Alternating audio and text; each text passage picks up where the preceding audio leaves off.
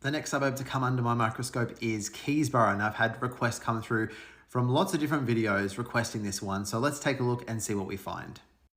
Now, if you don't know me, my name is Trent Alexander. I'm a qualified property investment advisor, and I help people buy the right types of properties all across the country, whether it's a home or an investment. So if you need some assistance with this process, feel free to reach out. So Keysborough sits 27 kilometres southeast of the Melbourne CBD. It has a population of 25.8 thousand people, and that has increased 29% in the last 5 years. It has an average length of ownership of 11 years, which is not bad, and an owner-occupied percentage of 82%, which is quite phenomenal. Now, when it comes to the new supply, if you're not familiar with Keysborough, there has been quite a large land estate here that has been producing more lots and really facilitating the build of some pretty large homes for the last part, pretty much of the last decade. So the Summerfield estate has been a big part in, I think, really transforming people's perceptions of Keysborough. So let's take a look at some prices then. 2-bed houses sit at $678, 3-bed at $830, 4-bed at 1.1, and 5-bed at 1.495. We've also got units at $565 and 3 beds at $686. Now, one thing I want to mention is that I also think, again, with this 2-bedroom house metric, that it's probably more likely townhouse product that's got its own lot, because that Summerfield estate would give them their own address, and that kind of warps the numbers a little bit. But really, if you think about Keysborough, you're really thinking about quite large, especially double-story homes. So I'm expecting a lot of 4 and 5 bed really to dominate here. There's definitely some opportunity at lower price points if you want to be in the older parts of the suburb and still have a decent land component. And more, I think you're going to get a lot more townhouse type product being brought to market. Smaller little developments, parts of Summerfield where the prices have increased and they've tried to provide more affordable options. And wait till the end, because you'll see that there's a hell of a lot more stock coming here as well. Median age is 36, state average is 39. That's what we like to see, slightly younger, always a good sign. Occupant type, now we've got the vast majority of people here do have homes with mortgages. There's a decent amount still that own outright, and that renter percentage is low. So again, all of these metrics are really working in favor of Keysborough.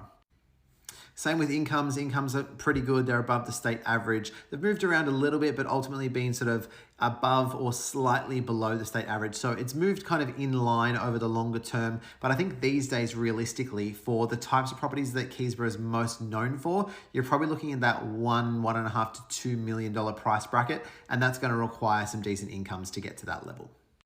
So these are the CEFA scores, and this really shows you where all the new housing supply is, because that where the word Keysborough is, that is all Summerfield. So again, for the last little while, building has not been a cheap exercise, and therefore to be able to build new, you've needed pretty strong income. So it's no surprise to me that the older parts of Keysborough, up the top here, closer to Noble Park, is really where the lower incomes sit. Now on this CEFA score, if you're at a 1, that suggests that there's quite a bit of social housing. Anything 2 or above isn't bad. Sometimes the 2s and 3s is just a higher percentage of older people in the suburb. I dare say that's the case here. So there's no particular pockets necessarily to avoid, but more so that you need to understand, and you can see it driving through the streets. One part is pretty old, modest houses, and the newer part is very large product.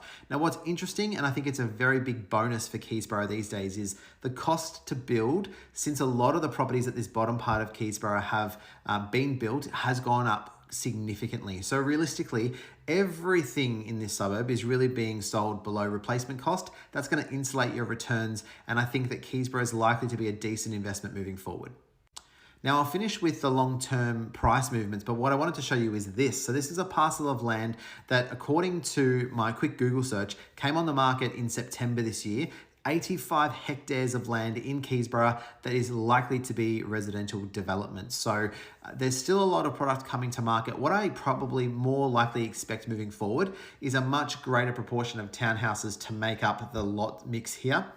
If you look at a lot of Summerfield, it really started with decent sized blocks, and a lot of people build pretty big homes here. But I think now, with the squeeze on building costs, I think that any new supply brought to market is likely to have a much higher percentage of townhouses. So my little quick advice to anyone considering Keysborough is don't buy anything new in this pocket here. Look at the established stuff. There's quite a lot to choose from at differing price points. Just get yourself a decent land component and you'll probably do all right. Now, lastly, of course, we want to look at the median house price movement. Now, in 2005, you could have bought a house here for just 250 grand. The median is 986 now, so just under the $1 million mark. So when you average that out, that's an average annual growth rate of 7.29%. Now, what I want to mention to people is that when you're looking at this, you have to dive a little bit deeper, because there's going to be individual properties in this suburb that have performed maybe in line with this, and probably some of them significantly less than this. And that is because what's happened in Keysborough is a significant change in the types of properties being sold. So when you're looking at a median today of just under the $1 million mark, there are a hell of a lot of product that wasn't even built in 2005 when the median was a lot lower. So you really need to do your research and look at an individual property basis to see how those types of properties have performed. I dare say the newer stock that's probably less than 10 years old probably hasn't performed with a growth rate quite as impressive as this.